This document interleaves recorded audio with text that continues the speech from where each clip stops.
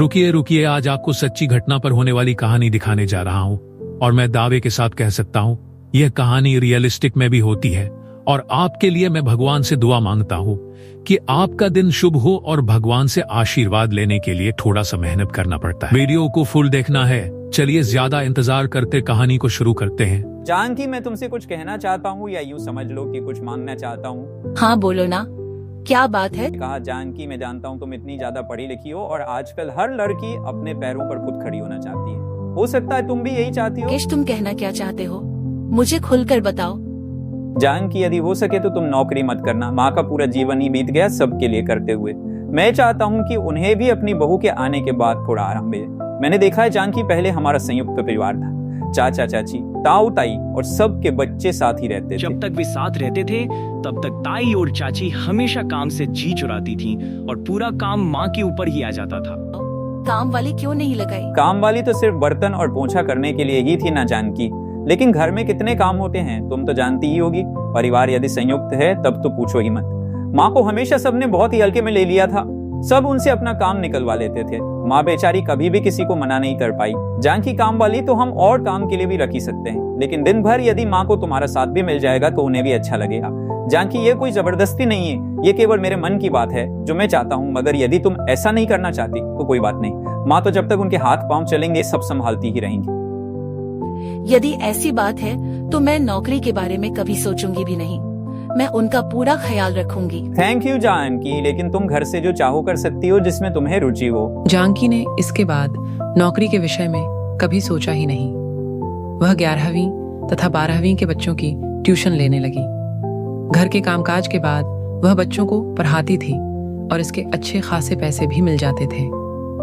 जानकी घर का ख्याल भी रख रही थी और कमा भी रही थी। लीला और जानकी बड़े प्यार से मिलजुल कर काम करते थे।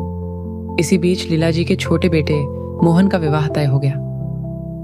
मोहन को काफी समय से अलका नाम की लड़की पसंद थी और दोनों शादी करना चाहते थे। जब लीला को पता चला तो उन्होंने अजीत से कहा। अजीत को लव मैरिज से कोई आपत्ति नहीं हुई। अजीत ने कहा, बस लड़की ऐसी हो जो हमारे परिवार में निभ जाए, तुम्हारी तरह जानकी का हाल ना हो बस। ठीक है, चलो फिर करो तैयारियां। अलका और मोहन का विवाह हो गया।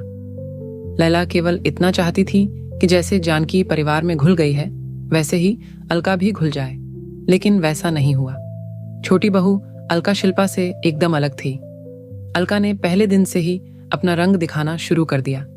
वह बहुत कामचोर थी। रोज आराम से सोकर उठती, अपने कमरे से बाहर आती और डाइनिंग टेबल पर बैठ जाती।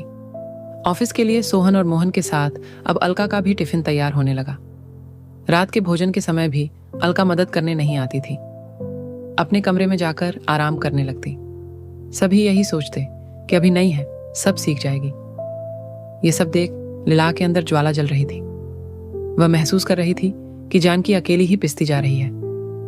लीला घर की शांति भंग नहीं करना चाहती थी, लेकिन वह इस शांति के चक्कर में जानकी के साथ भेदभाव नहीं होने दे सकती थी। लायला ने सोचा वह खुद अलका से बात करेगी। जानकी की तरफ जब भी लायला देखती तो उसे उसके रूप में वह स्वयं ही दिखाई देती, कोल्हू के बैल की तरह झुटी हुई। एक दिन लैला ने अलका को आवाज लगाते हुए कहा, अलका बेटा जरा मेरे कमरे में आओ। अलका पहुंची और बोली, हाँ माँ बोलो ना, ऐसी क्या बात है? देखो अलका, हमारे घर में हम सब एक संयुक्त परिवार में रहते हैं और यहाँ पर सभी का कर्तव्य है कि सब मिलकर काम करें।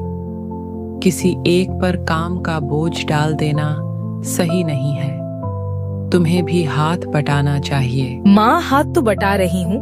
मैं ऑफिस जाकर बाहर का काम संभाल लेती हूँ और जानकी जीजी घर का। नहीं बेटा, तुम नौकरी अपनी खुशी के लिए कर रही हो। जानकी भी तुम्हारे जितनी पढ़ी लिखी है, पर घर की जवाबदारियों के कारण उसने नौकरी नहीं की। तो माँ एक काम वाली और रख लेते हैं ना, पैसे मैं दे दूंगी। बात पैसे की नहीं है। सबने शुरू से घर का अपने हाथों से बना हुआ स्वादिष्ट भोजन ही खाया है। माँ, मैं आपकी बातों का ध्यान रखूंगी। गुस्से में तिल मिलाती अलका अपने कमरे में चली गई।